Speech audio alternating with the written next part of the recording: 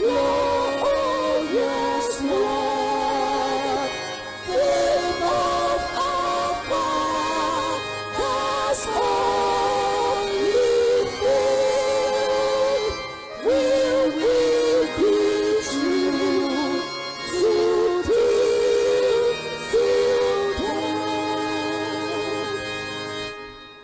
Faith of our fathers we will strive till we all just unto thee. That comes from God, mankind shall then be truly free.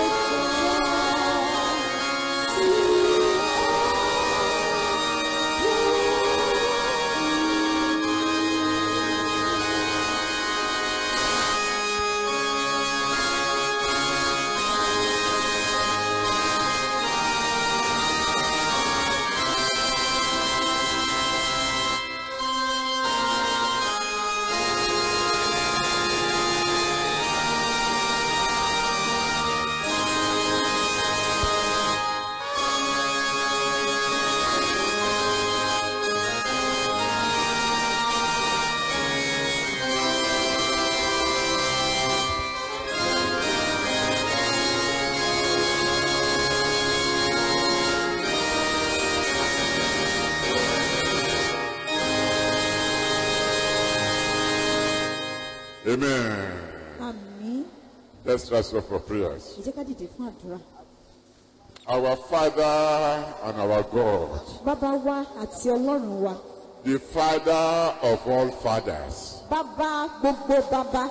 we are grateful unto A you dúpẹ́ lọ́wọ́ yín for the Father's Day of the year 2021 fún ọjọ́ àwọn bàbá ti ọdún 2021. that has made all of us alive and in you.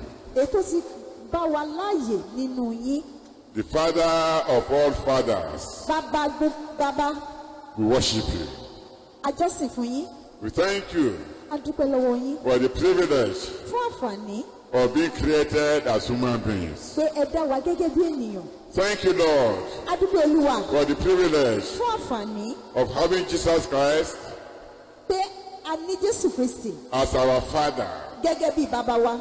And we have God, A sì ní Ọlọ́run, the Father of our Lord and Savior Jesus Christ, bàbá Olúwa àti olùgbàlà wa Jésù Kristi. the Father of all fathers. Bàbá gbogbo bàbá. We are grateful unto A you. dúpẹ́ lọ́wọ́ yín. Lord, Olúwa, have your way among us. ẹ rìn láàrin wa In Jesus' ní name, orúkọ Jésù. amen. Àmín. Amen. Please be Àmín. seated. Ẹ jọ̀wọ́ ẹ jókòó. Before I go into the message, Kí n lọ sínú iṣẹ́. I want to comment briefly about the special number of the choir, Mo fẹ́ sọ̀rọ̀ ní ṣókí nípa orin àdákọ tí àwọn akọrin kọ fún wa. the faith of our fathers. Ìgbàgbọ́ àwọn bàbá wa. It's recorded in the Bible. Ó wà ní àkọsílẹ̀ ní bẹ́ẹ̀ni mọ́. If we mention Abraham, Tá a bá sọ nípa Ábúráhámù, any of us can say one thing or the other about Abraham. ẹnikẹ́ni wa lè sọ nǹkan kankan tàbí mìíràn nípa If we Ábúráhámù. mention Isaac, Tá a bá dárúkọ Áísíìkì, we can say something that is special concerning Isaac. a lè sọ nǹkan tó jẹ́ pé ó tún jẹ́ ọ̀tọ̀ lórí nípa If we Ísákì. mention Jacob, we can say something that's special about Jacob. Tá a bá sọ nípa Jákọ́bù, a ó sọ nǹkan tó tún jẹ́ ọ̀tọ̀ lórí nípa Jákọ́bù. So I want to challenge all the fathers, Mo wá fẹ́ pe gbogbo àwọn bàbá níjà. the faith of our fathers. Ìgbàgbọ́ àwọn bàbá wa. Let's bear it in mind Ẹ jẹ́ ká ní lọ́kàn that as time goes on, pé bí ọjọ́ ti ń lọ. even while we are still alive, Nígbà níwọ̀n bàtà ṣe ẹ̀tún wà láàyè. our children and our grandchildren Àwọn ọmọ wa àti àwọn ọmọ ọmọ wa. must be able to recognize Wọ́n gbọ́dọ̀ lè dámọ̀ the faith of our fathers, ìgbàgbọ́ àwọn bàbá wa. the faith that you and I are standing upon, Ìgbàgbọ́ tí èmi àti ẹ̀yin dúró lé lórí. the courage that we have in the Lord, Àwọn ìgboyà tí a ní nínú Olúwa. the confidence that we have in the Lord, Ìgbà tí a ní nínú Olúwa. the faith that we have in the Lord, Ìgbàgbọ́ tí a ní nínú Olúwa. the stand that we are taking for the Lord. Ìdúró tí a mú fún Olúwa. Let us always bear it in mind Ẹ jẹ́ ká máa ní lọ́kàn ní gbogbo ìgbà. so that our children, Pé kí àwọn ọmọ wa wherever they may be, níbikíbi tí wọ́n bá lè all wà over the world, káàkiri gbogbo àgbáyé. that they will remember, Wọ́n á rántí especially at critical times, ní pàtàkì jùlọ ní àkókò tí ó bá le. very difficult situations, Àkókò ìṣẹ̀lẹ̀ tí ó bá le. they will remember Wọ́n á rántí the faith of their fathers. ìgbàgbọ́ àwọn bàbá I wọn. said, this is the faith of my father. Wọ́n á sì sọ pé ìgbàgbọ́ bàbá mi I ni. remember Mo rántí at a difficult time like this, pé ní irú àkókò tó ń de bí this eléyìí. is what my father said. Ohun tí bàbá mi sọ This leléyìí. is the type of prayer that my father prayed. Irú àdúrà tí bàbá mi gbà rèé. This is the type of stand that my father took. Irú ìdúró tí bàbá mi mú leléyìí. I will do the same. Èmi náà ṣe bákan And náà. I know Mo sì mọ̀ pé that the God of my father, Ọlọ́run bàbá mi He will fight for me. á jà fún mi. He will give me victory. Á fún mi ní ìṣẹ́gun. I plead before the fathers. Mo wá rọ gbogbo àwọn bàbá. We are so special. A jẹ́ ẹni ọ̀tọ̀. God is the father of all fathers Ọlọ́run ni bàbá gbogbo bàbá. and has made us fathers. Wọ́n sì ti wá jẹ́ kí a jẹ́ What bàbá. a wonderful privilege. Ẹ jẹ́ ká wo àǹfààní That ńlá is, we are little gods. pé a jẹ́ Ọlọ́run kéékèèké. The power and the authority of fathers Agbára àti àṣẹ bàbá. is very special and very unique. Àkànṣe ló jẹ́ ọ̀tọ̀ lórí ìsìn. We thank God A dúpẹ́ lọ́wọ́ Ọlọ́run. for making men fathers. Pé Ọlọ́run mú wọn jẹ́ bàbá.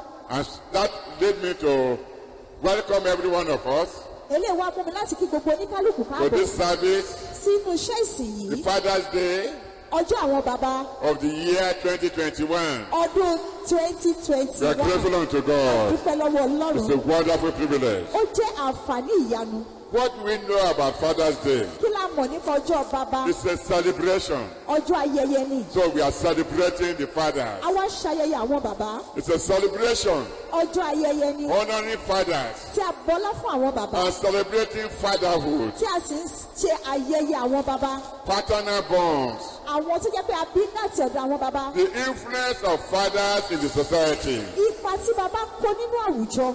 In countries in Europe and the Americas, Ní orílẹ̀-èdè ní ilẹ̀ Yúróòpù àti ní ìlú Amẹ́ríkà. they have adopted the US date, which is the third Sunday in June, as the Father's Day. Wọ́n ti fún ọjọ́ Olúwa kẹta nínú oṣù kẹfà gẹ́gẹ́ bí ọjọ́ àwọn bàbá. And in Nigeria, Ní orílẹ̀-èdè we Nàìjíríà also celebrate Father's Day on the third Sunday of June. bákan náà ní orílẹ̀-èdè Nàìjíríà à ń ṣe ayẹyẹ ọjọ́ àwọn bàbá ní ọjọ́ kẹta ọjọ́ ìsinmi kẹta nínú oṣù What's kẹfà. the story behind Father's Day? Kí wá ní ìtàn tó gbé ayẹyẹ àwọn bàbá yìí lẹ́yìn? On June 1910, Ní ọjọ́ kọkàndínlógún oṣù kẹfà ní ọdún 1910 a Father's Day celebration was held wọ́n ṣe ayẹyẹ ọjọ́ àwọn bàbá at Young Men Christian Association ní àwùjọ àwọn young men in Spokane, ní Spokane in Washington, nílùú Washington. by Sonora Smart God. That was the person that did it. Láti ọwọ́ Sonora John ẹni tí ó ṣe Was a lady. obìnrin ni Her father, bàbá rẹ̀. the Civil War veteran, Ipe William Jackson Smart, William Jackson Mart was a single parent ó jẹ́ bàbá òbí kan who raised his 6 children there. ohun tó jẹ́ pé onìkan ló dá àwọn ọmọ rẹ̀ mẹ́fẹ̀ẹ̀fà tọ́. After hearing a sermon about Jarvis Mother's Day in 1909, Lẹ́yìn ìgbà tó ti gbọ́ ìwàásù nípa jámọ̀ ní 1909 nípa ti àwọn obìnrin ọjọ́ obìnrin yes, at Central Methodist Episcopal Church, ní Central Methodist Cooper Church. she told her pastor Ó wá sọ fún olùṣọ́àgùtàn rẹ̀ pé that fathers should have a similar holiday wípé àwọn bàbá bákan náà wọ́n gbọ́dọ̀ ní irúfẹ́ ọjọ́ ìsinmi kan náà to honor them. láti fi bọlá fún wọn. Although she initially suggested June 5, Bó tilẹ̀ jẹ́ pé tẹ́lẹ̀tẹ́lẹ̀ ó mú àmọ̀ràn pé wọ́n ṣe ní ọjọ́ karùn-ún oṣù kẹfà her father's birthday, tí í ṣe ọjọ́ ìbí bàbá rẹ̀. the pastors did not have enough time Ṣùgbọ́n olùṣọ́àgùtàn yìí wọ́n ní àkókò tó tó to prepare their sermon. láti lè ṣètò ìwàásù wọn. So the celebration was deferred to the third Sunday in June. Wọ́n kúkú wá sún ayẹyẹ sí ọjọ́ Olúwa kẹta ní oṣù kẹfà. And several local clergymen Pé onírúurú àwọn ìránṣẹ́ Ọlọ́run accepted the idea. ni wọ́n sì gba ìmọ̀ràn yìí. And on June 19, 1910, Nígbà tó sì di ọjọ́ kọkàndínlógún the first oṣù kẹfà, Father's Day, ọjọ́ bàbá àkọ́kọ́ tí wọ́n kọ́kọ́ ṣe. sermons honoring fathers Ètí ìwàásù ètò bọlá fún àwọn bàbá. were presented throughout the city. Ó ní wọ́n wàásù káàkiri gbogbo ìlú náà. Fathers include biological fathers, Bàbá ó ní ṣe pẹ̀lú àwọn bàbá tó bí ni lọ́mọ. fathers-in-law, Àna bàbá tó jẹ́ àna ẹni. stepfather, Àwọn bàbá tó jẹ́ pé bóyá bíi so husband of one's mother but not one's natural father. ẹni tó jẹ́ ọkọ ìyá ẹni ṣùgbọ́n tí kì í ṣe bàbá tó bí ni. Also foster fathers, that is a man who takes over all the functions of the real father. Bàbá tó gbani tọ́ tó jẹ́ pé òun ló gba gbogbo ojúṣe bàbá ẹni tó bí ni. A guardian. Alágbàtọ́, Then grandfathers àwọn bàbá and great-grandfathers àti àwọn bàbá ńlá and fathers in the Lord. àti àwọn bàbá nínú Olúwa. All of them are included in the father. Gbogbo wọn pátá ni a pè ní bàbá. So as a mark of honor Gẹ́gẹ́ bí àmì ọlá and respect àti ọ̀wọ̀ for all fathers in the service, fún gbogbo àwọn bàbá tó wà nínú in all our branches where you are hearing me, nínú gbogbo bí ẹ̀ka wa tí ẹ ti ń gbọ́ mi. so as a mark of honor Gẹ́gẹ́ bí àmì ọlá and respect for all fathers in the service today, àti ìbọ̀wọ̀ fún gbogbo àwọn bàbá nínú ìsìn tòní. please let the whole congregation stand up ẹ jọ̀wọ́ kí gbogbo ìjọ pátá ká dìde dúró. to honor the fathers who are sitting down. The fathers must be sitting down. láti bọlá fún àwọn bàbá tí wọ́n wà ní orí ìjókòó. The whole congregation, please stand up kí gbogbo ìjọ pátá kó to dìde honor dúró. the fathers that are sitting down. láti bọlá fún gbogbo àwọn bàbá tí wọ́n jókòó. Please let the congregation say this after me. ẹ jọ̀ọ́ kí gbogbo ìjọ sọ ilé ìtẹ̀lé mi. We, àwa say it. The entire members of the New Life Miracle Church gbogbo ìjọ ìgbé ayé ọ̀tun tó ti ṣẹ́ ìyanu. Yorùbá ò sọ o. Congratulate all our fathers in this church. a kí gbogbo àwọn bàbá wa pátá nínú ìjọ ìkú oríire. Greet you. a kí yín. We say, a sì sọ pé Happy Father's Day. ẹ kú ayẹyẹ ọjọ́ àwọn bàbá. Many happy returns. a ó sì ṣe ọ̀pọ̀lọpọ̀ rẹ̀. In Jesus' name. ní orúkọ Jésù. Let's clap our hands for the ẹ Lord. jẹ́ ká pàtẹ́ wa fún Olúwa. Please be seated. ẹ jọ̀wọ́ ẹ jẹ́ á jókòó. Thank you. ẹ ṣé. We thank the Lord a dúpẹ́ lọ́wọ́ Olúwa. for keeping all of us alive torí pé Ọlọ́run dá gbogbo wa sí. and in Him. hallelujah. A few poems about father. ọ̀rọ̀ òwe díẹ̀ nípa àwọn bàbá. A father bàbá kan is like a pillar of strength, ó dàbí òpó agbára always there tí máa ń wà níbẹ̀ ní gbogbo ìgbà to give support láti ní ìdúrótì tàbí ìgbárùkùtì in times of pain. ní àkókò ìrora. A father bàbá is a friend in need ó ní ọ̀rẹ́ nígbà àìní to hold your hand, láti dini lọ́wọ́ mú, advise and listen.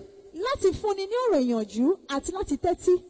A father is a guiding star, bàbá ní ìràwọ̀ tó ń tọ́ni sọ́nà, a mentor, ẹni tí a lè fi ṣe àwòkọ́ṣe, a teacher, olùkọ́ and confidant. àti ẹni tí a lè gbára lé. A father is a special man, bàbá jẹ́ àkànṣe ọkùnrin just like you. bí ẹ̀yin pẹ̀lú. Happy Father's Day. ẹ kú ayẹyẹ ọjọ́ àwọn bàbá. Another poem about fathers. òwe mìíràn díẹ̀ nípa àwọn A bàbá. father is someone bàbá jẹ́ ènìyàn kan, you can always rely on, ẹni tí ẹ lè fi ara lé, who will hold your hands ẹni tí yóò dì yín lọ́wọ́ mú in sunshine, nígbà tó òrùn bá ràn, in rain, nínú òjò and storm. àti nínú ìjì. Someone who is loving and kind, ẹni tó jẹ́ onífẹ̀ẹ́ àti oníṣeun, strong, tó lágbára, patient, tó ní sùúrù, and helpful tó sì jẹ́ at olùrànlọ́wọ́ all times. ní gbogbo ìgbà. Happy Father's Day. ẹ kú ọjọ́ àwọn bàbá. Dad, dátì. he never looks for praises. bẹ́ẹ̀ sì ni kì í wá ìyìn, He's never one to boast. kò í sì fẹ́ gbéraga. He just goes on quietly walking a sì máa lọ ní ìdákẹ́jẹ́ nínú ìrìn rẹ̀ for those he loves the most. fún àwọn tí ó bá fẹ́. His dreams àwọn àlá rẹ̀ are seldom spoken. ó jẹ́ àwọn tí à ń sọ ní jẹ́jẹ́. His wants are very few. àwọn ọ̀rọ̀ rẹ̀ ìwọ̀nba ni wọ́n. And most of the time, ní ọ̀pọ̀lọpọ̀ ìgbà his worries will go unspoken to. àwọn àníyàn rẹ̀ yóò lọ láì sọ̀rọ̀. He's there, ó ń bẹ́ẹ̀ a firm foundation ìpìlẹ̀ tó múlẹ̀ through all our storms of life. nínú gbogbo ìjì ayé wa. A strong hand ọwọ́ tí ó le to hold to láti mú òkúta dání in times of stress ní àkókò wàhálà and strife. àti ìjà. A true friend ọ̀rẹ́ tòótọ́ we can turn to tí a lè yọjú sí when times are good or bad. nígbà tí ìgbà bá dára tàbí tí kò bá dára. One of our greatest blessings, ọ̀kan lára àwọn ìbùkún wa tó ga jùlọ, the man that we call dad. The man that we call dad. ọkùnrin tí ó di èèyàn yìí Tí à ń pè ní bàbá. tí à ń pè ní bàbá. Amen. Happy Father's Day. Ẹ kú ọjọ́ àwọn bàbá. The biblical definition of a good father. Àlàyé àpẹẹrẹ tí Bíbélì sọ nípa bàbá rere. A good father is a God-fearing man. Ọkùnrin bàbá rere, òun náà ni bàbá tó bẹ̀rù Ọlọ́run. That is the priest, Tí í ṣe olùṣọ́-àgùntàn. protector, Ẹni tí ń dáàbò bo ni. provider, Ẹni pèsè and prophet àti wòlíì of his home. ti ara rẹ̀. He is someone who knows Ó jẹ́ ẹnìkan tí ó mọ̀ and put into action tí ó sì máa ń fi sí ojúṣe. God's commands and statutes. Àṣẹ Olúwa àti àwọn ìlànà ti I'd like to Ọlọ́run. repeat that one. Màá fẹ́ láti tuntun eléyìí sọ. He is someone who knows Ó jẹ́ ẹnìkan tí ó mọ̀ and put into action tí ó sì máa ń fi sí ojúṣe. God's commands and statutes. Àṣẹ Olúwa àti ìlànà Ọlọ́run. God is the supreme example Ọlọ́run ni àpẹẹrẹ tí ó ga jùlọ. of who a father is. Irú ẹni tí bàbá ń ṣe. Happy Father's Day. Ẹ kú ọjọ́ àwọn bàbá. Today's message Iṣẹ́ ìránṣẹ́ tí ò ní. is on the topic fatherly influences and examples. Ó dá lórí àkòrí tó sọ pé ipa àwọn bàbá àti àpẹẹrẹ wọn. Let's start with defining father. Ẹ jẹ́ bẹ̀rẹ̀ lákọ̀ọ́kọ́ láti sọ ìtumọ̀ tí bàbá jẹ́. A father is a male parent, Bàbá jẹ́ òbí lọ́kùnrin, the caretaker of a child. alábòójútó ọmọ. In essence, Ní pàtàkì, it does not matter how old they are, kò ní ro iye ọjọ́ orí wọn since you gave birth to them, látìgbà tí wọ́n ti bí wọn. they remain your children. Wọ́n jẹ́ àwọn ọmọ yín síbẹ̀. I hereby prophesy Ní báyìí mo wá sọ tẹ́lẹ̀ to the lives of those married men fún gbogbo àwọn ọkùnrin tí wọ́n ti gbéyàwó who are yet to have their own offspring. tí wọ́n sì ní àwọn ọmọ tiwọn. My God Ọlọ́run mi will give you your own offspring, yóò fún yín ní àwọn ọmọ yín, your own children, àwọn ọmọ yín before this time next year, kí ó tó di àkókò yìí ní ọdún tó ń bọ̀. in Jesus' mighty Ní name. orúkọ Jésù tó lágbára. Evil influences of father. Àwọn ipa ti ibi sí bàbá. Jeremiah Ìwé Jeremiah chapter 9. orí kẹsàn-án. Jeremiah chapter 9, Ìwé Jeremiah orí kẹsàn-án verse 14. ẹsẹ̀ kẹrìnlá. But they have walked according to the dictates of their own hearts and after the bears which their fathers taught them. Ṣùgbọ́n wọ́n ti rìn nípa gidi ọkàn wọn àti nípa àṣẹ Bálímù tí àwọn bàbá wọn kọ́ wọn. What do you teach your children as fathers? Kí lẹ̀ ń kọ́ àwọn ọmọ yín gẹ́gẹ́ bí bàbá?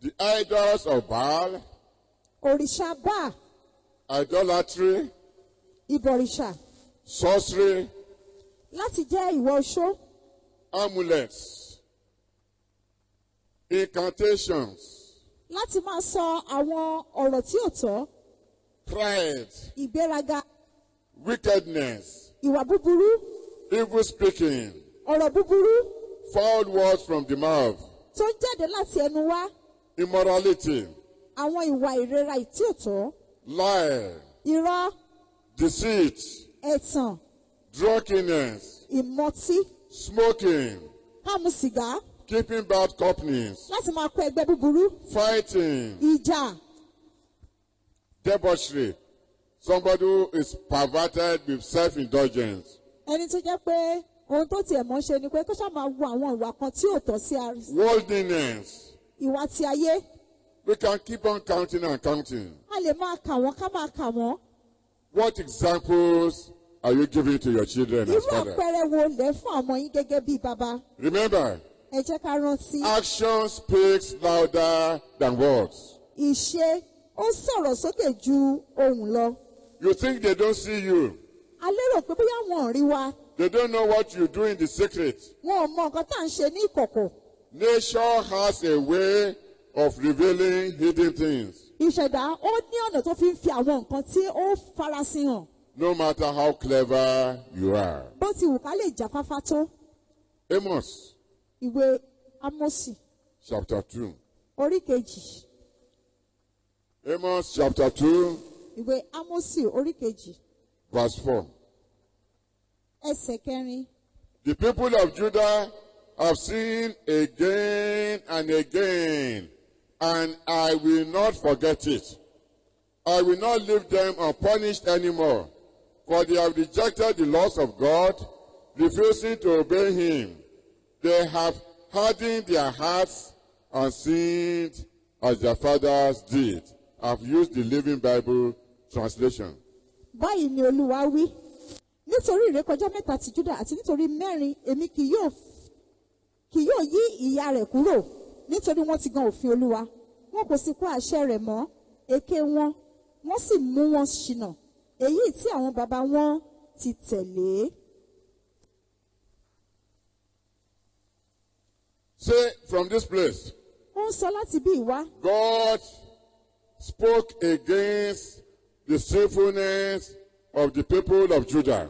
Ọlọ́run sọ̀rọ̀ lòdì sí ẹ̀ṣẹ̀ àwọn ará Júdà.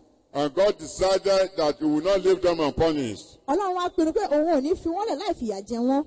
because they have hardened their hearts Torí pé wọ́n ti ṣe ọkàn wọn le. and sinned as their fathers did. Wọ́n sì ti ṣẹ̀ gẹ́gẹ́ bí bàbá wọn ti ṣe.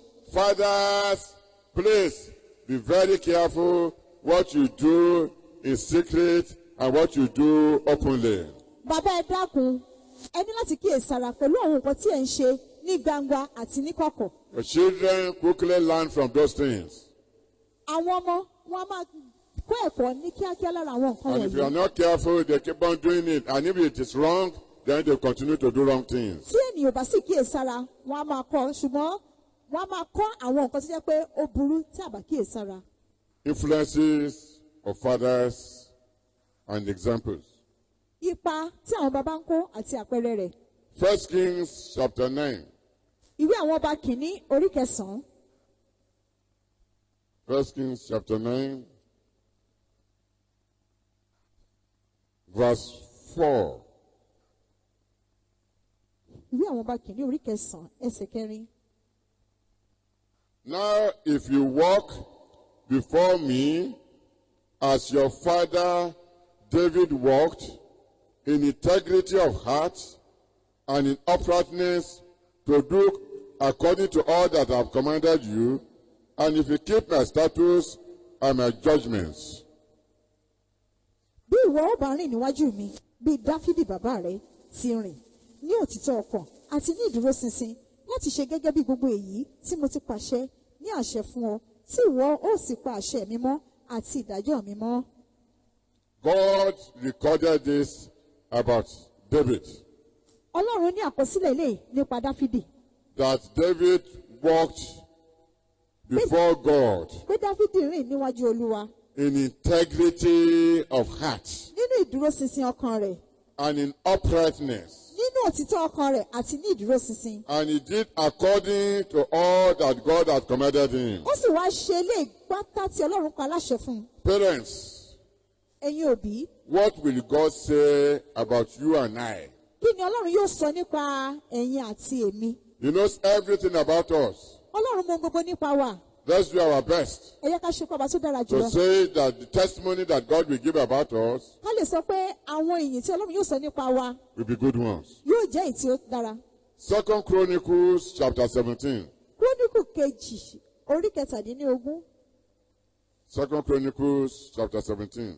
Kúrónìkà kejì orí kẹtàdínlógún. Verse 3. Ẹsẹ̀ kẹta.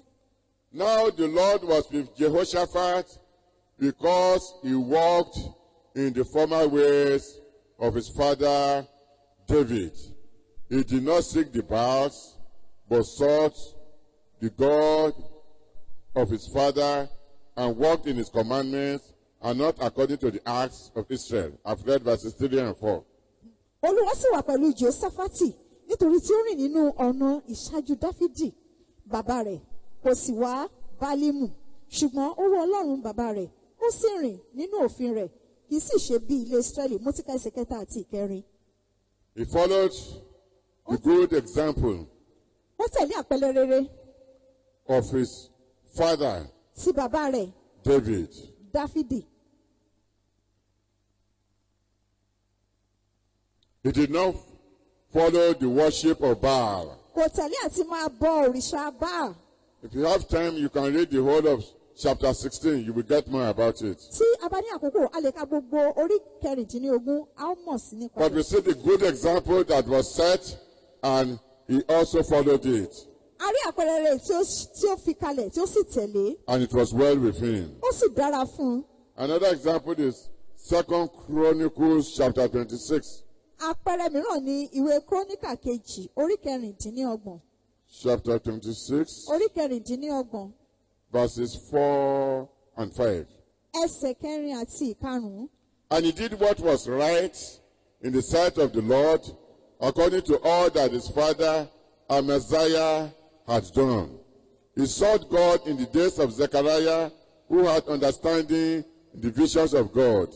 And as long as he sought the Lord, God made him prosper. Ó sì ṣe èyí tí ó tọ́ ní ojú Olúwa, gẹ́gẹ́ bí gbogbo èyí tí bàbá rẹ̀ Amaziah ti ṣe. Ó sì wọ Ọlọ́run ní ọjọ́ Sekariah, ẹni tí ó ní òye nínú ìran Ọlọ́run. Níwọ̀n ọjọ́ tí ó wá Olúwa, Ọlọ́run sì mú un ṣe rere. We see the good influences of Amaziah, A rí àwọn ìyàtọ̀ rere the ní ti father Amaziah. of Uzziah and Zechariah the prophet, Bàbá Uzziah àti Sekariah wòlíì. on the life of Uzziah. A rí nínú ayé Uzziah. Beware, Ẹ jẹ́ kíyèsára. both Amaziah and Uzziah, Àti Amaziah àti Uzziah, they did not end well. wọn ò parí dáadáa. So, we pray that we will end well in Jesus' name. A gbàdúrà pé a ó parí dáadáa lórúkọ Jésù. Someone once said, Ẹnìkan sọ pé it is not the beginning, kì í ṣe ìbẹ̀rẹ̀, but the continual of the same, ṣùgbọ́n ìtẹ̀síwájú nínú ohun kan náà until it be thoroughly finished, títí yóò fi parí dáadáa. that yielded the good result. Òun ló máa mú èsì tí ó dára jáde. I pray for us Mo gbàdúrà fún wa. that we will end well in Jesus' name. Àmín pé a ó parí dáadáa lórúkọ Jésù. This is my piece of advice to fathers. Èyí ni ìmọ̀ràn mi fún àwọn bàbá. Make God your supreme example of fatherhood. Ẹ jẹ́ ẹ mú Ọlọ́run ní àpẹẹrẹ eléyìí tó ga jùlọ gẹ́gẹ́ bí bàbá fún ara yín. Love your wife Ẹ fẹ́ràn àwọn aya yín. and let her know that you love her. Kí ẹ sì jẹ́ kí aya yín mọ̀ pé lóòótọ́ lẹ fẹ́ràn wọn. Love her in words, Ẹ fẹ́ràn wọn nínú ọ̀rọ̀, in thoughts, nínú èrò and in deeds. àti nínú ìṣe. Love your children Ẹ fẹ́ràn àwọn ọmọ yín. and let them know that you love them. Ẹ sì jẹ́ kó mọ̀ pé ẹ fẹ́ràn wọn. Create time for them. Ẹ wá àkókò fún wọn. Don't let your business, Ẹ má ṣe jẹ́ kí okòwò yín, your profession, iṣẹ́ tí ẹ̀ ń ṣe, your career, iṣẹ́ yín, your calling, ìpè yín, your work, iṣẹ́ yín, including pastoral work, pẹ̀lú iṣẹ́ olùṣọ́àgùtàn yín. don't let them deprive you Ẹ má ṣe jẹ́ kó dùn yín of the quality time fún àkókò tó yanrantí that you must spend with your children. tẹ́ ẹ ní láti lò pẹ̀lú àwọn ọmọ yín. You only need to plan your time Ẹ nílò láti ṣètò àkókò yín. and get your priorities right. Kẹ́ ẹ sì mú àwọn nǹkan tó tọ́ yín kẹ́ ẹ mú wọn tọ́. Don't discriminate among your children. Ẹ má ṣe sọ pé eléyìí jẹ́ tèmi, eléyìí ṣe tèmi. Put your eternal destiny Ẹ wá mú àyànmọ́ ayérayé yín in the front burner all the time. kó jẹ́ ohun àkọ́kọ́ níwájú yín ní gbogbo ìgbà. Where will I spend my eternity? Níbo wá ni mo ti fẹ́ lo ayérayé mi? Be a godly and God-fearing father Ẹ jẹ́ bàbá ètò ní ìbẹ̀rù Ọlọ́run for your children and to others. fún àwọn ọmọ yín àti fún àwọn ẹlòmíràn. Don't be an absentee father in the house. Ẹ má jẹ́ bàbá ìsáǹsà nínú ilé.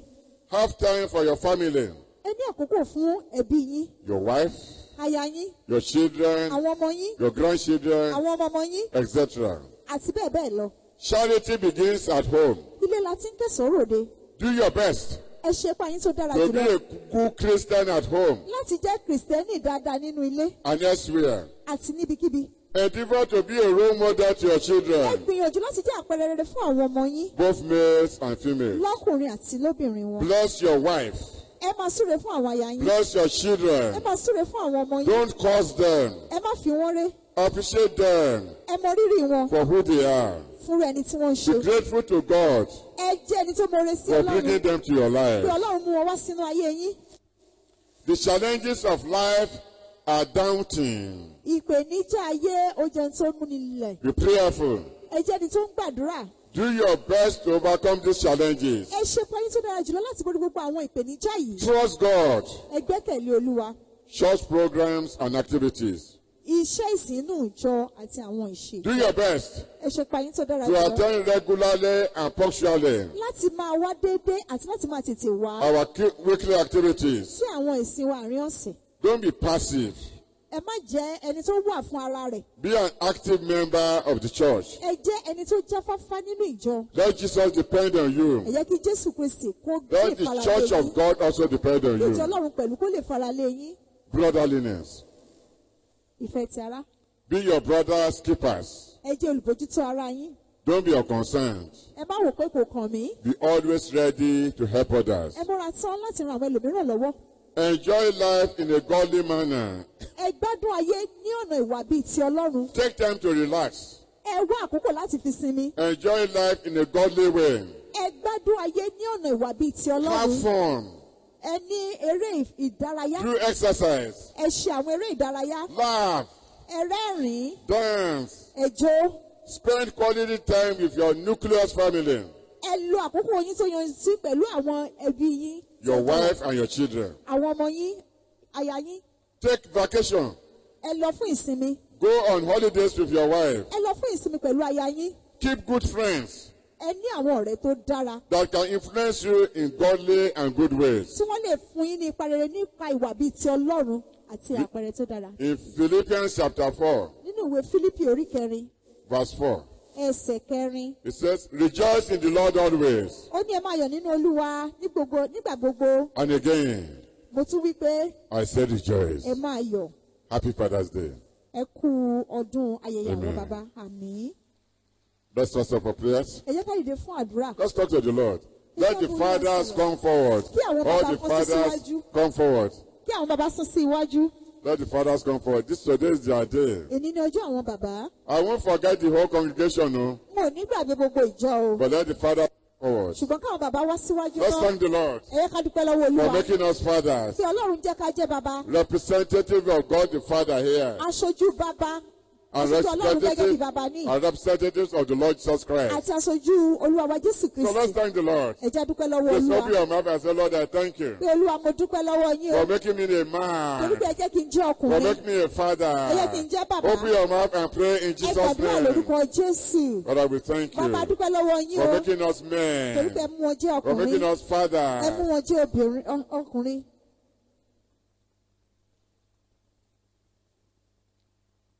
Father, we thank you.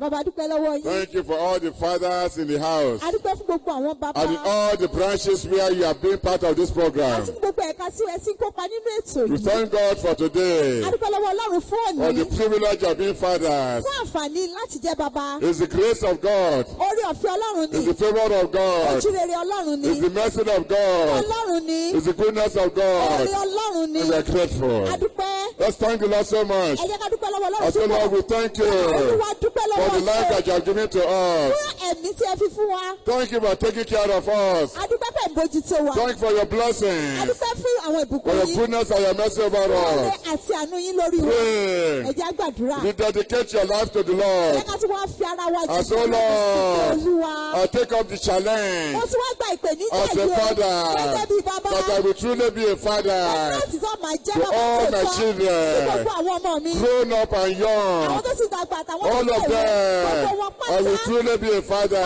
bàbá nítòótọ́ You will sí help wọn. me. Ẹ ràn mí lọ́wọ́. Whatever I need Ọkàn tí mo bá to nílò. play my role Láti lè ṣe as ojúṣe a mi. father, Gẹ́gẹ́ bí bàbá. you will help me. Ẹ ràn mí lọ́wọ́. I believe all of you, Wọ́n gbàgbọ́ pé gbogbo in yín all the pátá. branches that you are hearing Ní gbogbo me, ẹ̀ka tí ẹ ti ń gbọ́ mi. that the fathers are praying the same prayer. Àwọn bàbá ń gbàdúrà ìbákan náà. Rededicate yourself to the Lord. Fi ara wọn jì ní I say, àkókò. Lord, Olúwa. help me Olúwa ràn mí as a lọ́wọ́. father, Gẹ́gẹ́ bí bàbá. that I will play my role. Wọ́n ṣojúṣe mi. All the good things that are said about fathers, Gbogbo tí ẹ ti sọ nípa bàbá.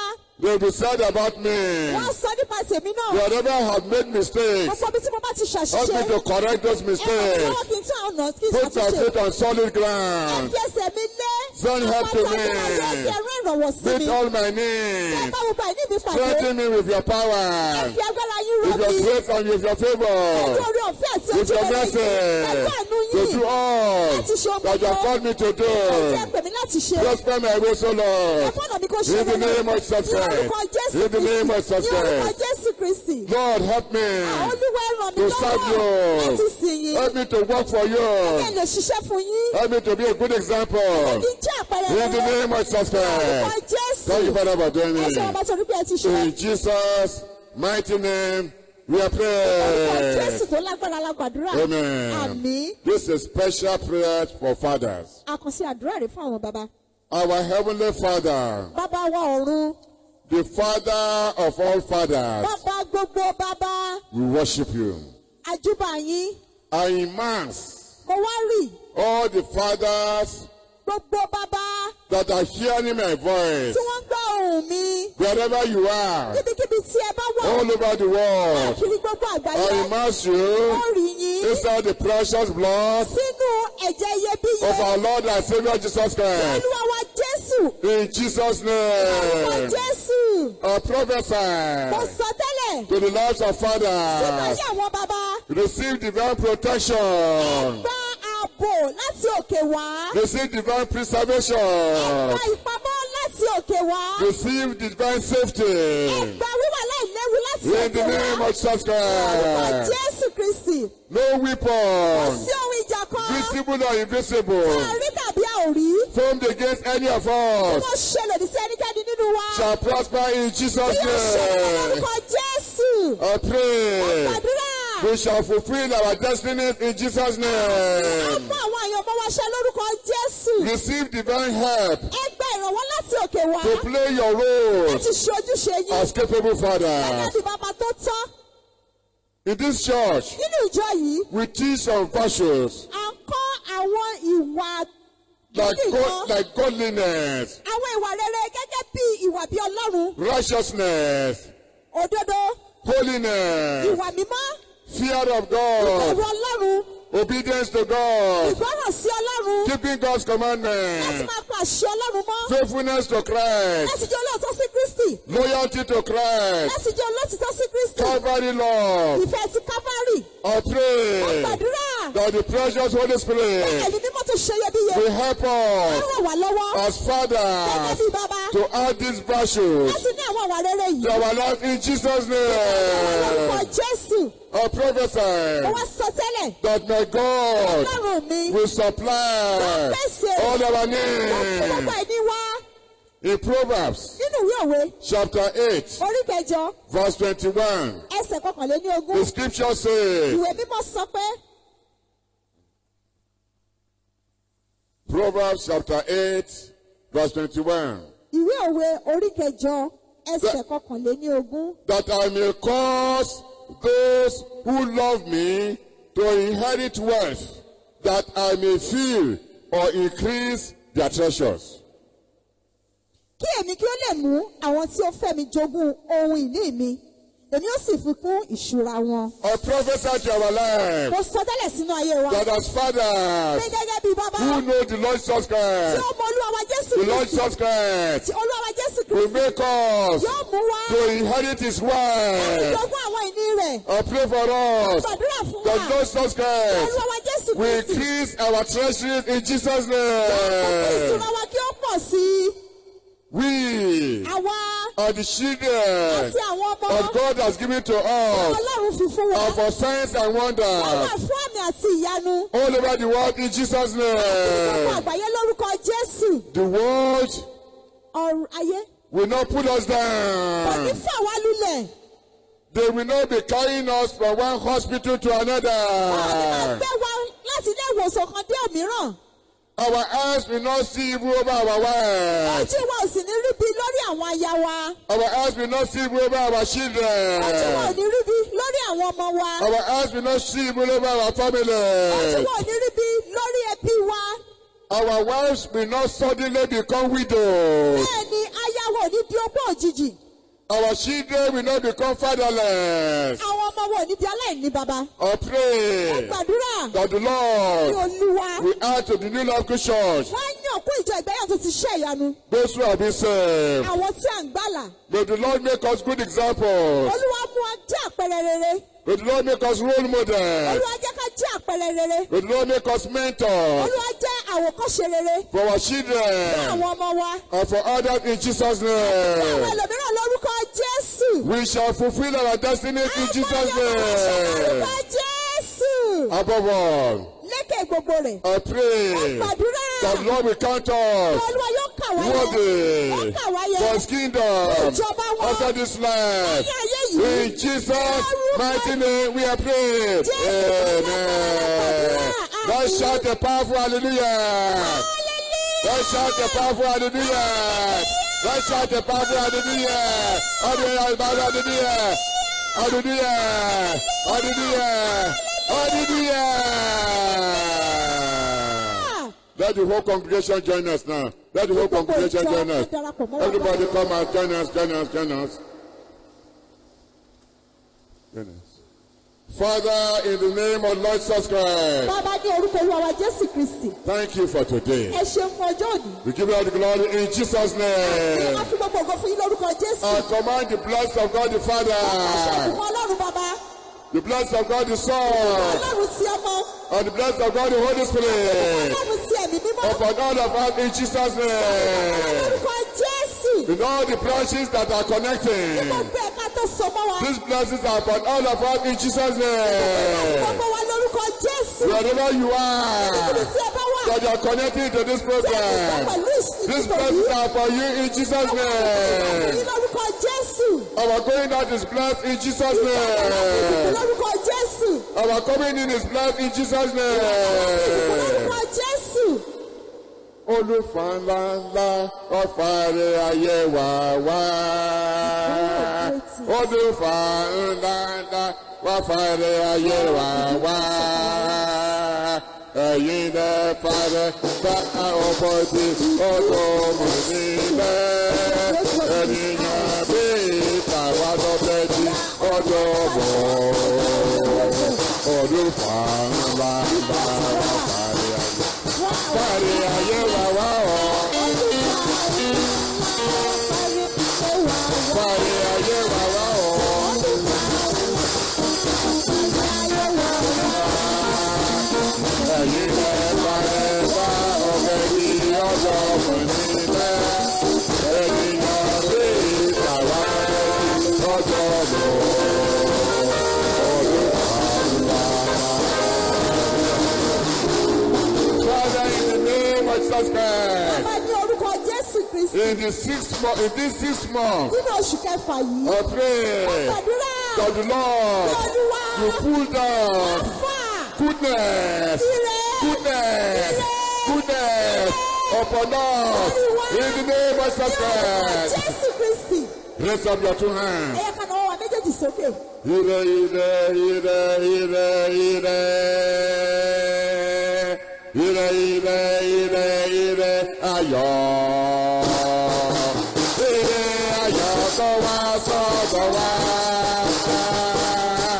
Ìbànújẹ́ kò sí lọ́dọ̀ wá.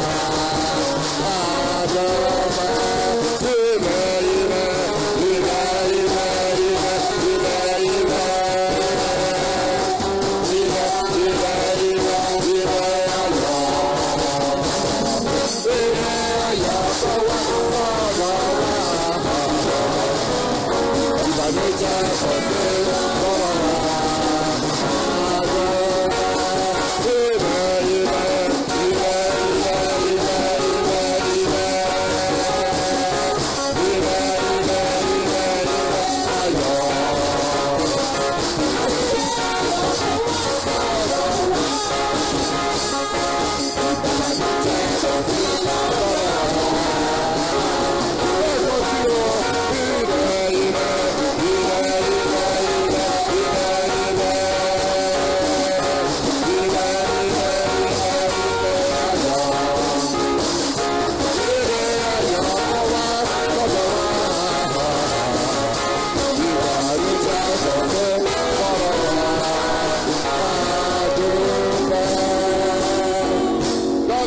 say the goodness of joy comes upon us. Goodness of joy comes upon us. Father, in the name of Jesus Christ, Bàbá Jésù Kristi. I pray and prophesy.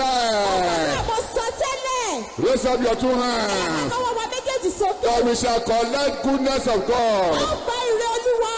with both hands in Jesus' name. Àwọn méjèèjì lórúkọ Jésù. We shall eat the goodness of God in Jesus' name. Ẹ̀dùn Ọlọ́run ní Jésù Kristi. The blessing of God of the Father, Ìbùkún mo sí bàbá. God the Son, Ọlọ́run ọmọ. God the Holy Spirit, Ọlọ́run ẹ̀mí mímọ́. upon us in Jesus' name. Ìbùkún Jésù. Our Father's blessings. Ìbùkún àwọn bàbá wa. Father Abraham. Ìbùkún bàbá Ábúráhámù. Abraham's blessings are upon us in Jesus' Wọ́n sọ̀rọ̀ name. wa lórúkọ Jésù. If you are a believer in Christ, Ṣé bá jẹ́ onígbàgbọ́ nínú we are Kristi? sons of and daughters of Abraham by faith. Jẹ́ ọmọbìnrin àti ọmọkùnrin Ábúráhámù nípa ìgbàgbọ́. Abraham's blessings are mine. Abraham's blessings are mine. I am blessed in the morning. I am blessed in the evening. Abraham's blessings are mine. Hallelujah.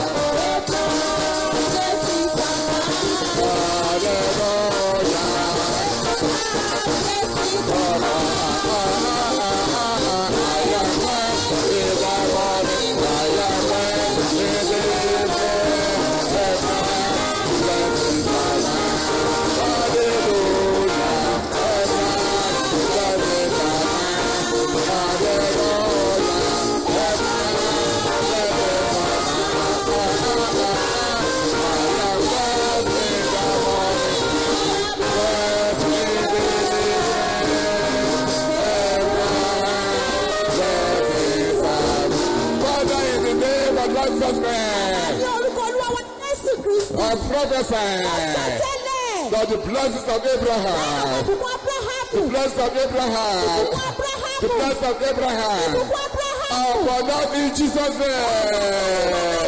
Jésù. In the morning we are blessed in Jesus' name. Adé alábùkún fún lórúkọ Jésù. In the afternoon we are blessed in Jesus' name. Adé alábùkún fún lórúkọ Jésù. In the evening we are blessed in Jesus' name. Adé alábùkún fún ní orúkọ In Jésù. the night we are blessed in Jesus' name. Adé alábùkún fún ní orúkọ Jésù. On Sunday we are blessed in Jesus' name. Adé alábùkún fún ní orúkọ Jésù. On Monday we are blessed in Jesus' name. Adé alábùkún fún lórúkọ Jésù. On Tuesday we are blessed in Jesus' name. Adé alábùkún fún lórúkọ Jésù. On Wednesday we are blessed in Jesus' name. Adé alábùkún fún ní orúkọ On Jésù. Thursday we are blessed in Jesus' name. Adé alábùkún fún lórúkọ Jésù. On Friday we are blessed in Jesus' name. Adé alábùkún fún lórúkọ Jésù. On Saturday we are blessed in Jesus' name. Adé alábùkún fún lórúkọ Jésù. In January we are blessed in Jesus' name. Adé alábùkún fún lórúkọ Jésù. In February we are blessed in Jesus' Adé name. alábùkún fún lórúkọ Jésù. In March we are blessed in Jesus' Adé name. alábùkún fún lórúkọ Jésù. In April we are blessed in Jesus' Adé name. alábùkún fún lórúkọ Jésù. In May we are blessed in Jesus' name. Fún lórúkọ Jésù. In June we are blessed in Jesus' name. Fún lórúkọ Jésù. In July we are blessed in Jesus' name. Fún Jésù. In August we are blessed in Jesus' name. Alábùkún fún lórúkọ In Jésù. September we are blessed in Jesus' name. Adé alábùkún fún lórúkọ Jésù. In October we are blessed in Jesus' name. Fún lórúkọ Jésù. In November we are blessed in Jesus' name. Fún lórúkọ Jésù. In December we are blessed in Jesus' name. Fún lórúkọ Jésù. All the days of our lives we are blessed in Jesus' name. Adé alábùkún fún lórúkọ Thank you, Father, for doing Ẹ it. ṣé bàbá sọ́dún pé ẹ ti Thank you, ṣe. Father, for doing Ẹ ṣé it. bàbá sọ́dún pé ẹ ti Thank you, ṣe. Father, for Ẹ ṣé doing bàbá sọ́dún pé ẹ ti it. ṣe. I pray Àdúrà. and I prophesy that the healing virtue of Lord Jesus Christ Àṣẹ ìwọ̀n lọ́wọ́ Jésù. over whoever is sick, Ó wà lórí ẹnikẹ́ni tó bá wù the kó healing by the power of God in Jesus' name. Ọlọ́run lórúkọ Jésù.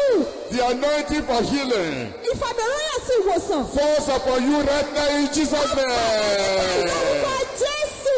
Right from your head Láti inú orí to yìí. your toes. Ṣé ìka ẹsẹ̀ mi? Receive healing right now in Jesus' name. Lórúkọ Jésù. Every power of the enemy Agbára ọ̀tún. is rendered powerless over your life in Jesus' name.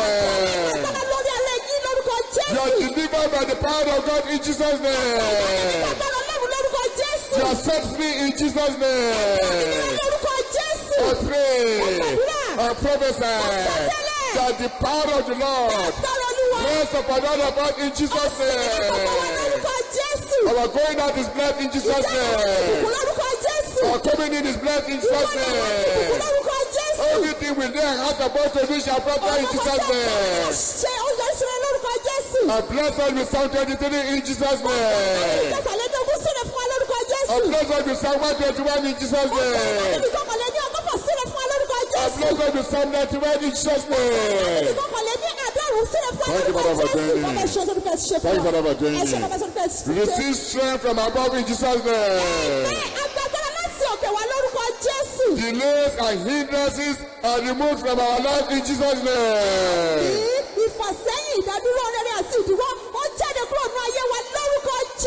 Failures and disappointments become things of the past in our life in Jesus' name. Receive the power to do exploits for the Lord. In the name of Jesus Christ. Listen. I command peace to our life in Jesus' name. Thank you, Father, for doing it. We give you the glory. We pray for Nigeria. Lord, have mercy upon Nigeria in Jesus' name. Save Nigeria from self-destruction in Jesus' name. I pray for the body of Christ in Nigeria. Lord, protect and preserve your own for your glory in Jesus' name. Father, I pray that all the evil machinations of the wicked people over this nation, oh Lord, destroy them in Jesus' name. Cancel them in Jesus' name. Save your people in Jesus' name. The things that they are doing in darkness, oh Lord, expose them. Expose them. Expose them. Let them turn against one another in Jesus' name. Save your people in Jesus' name. Send help to us in Jesus' name. Glorify yourself in our life in Jesus' name. Thank you for doing it for us. On the last day, on the last day, on the throne, the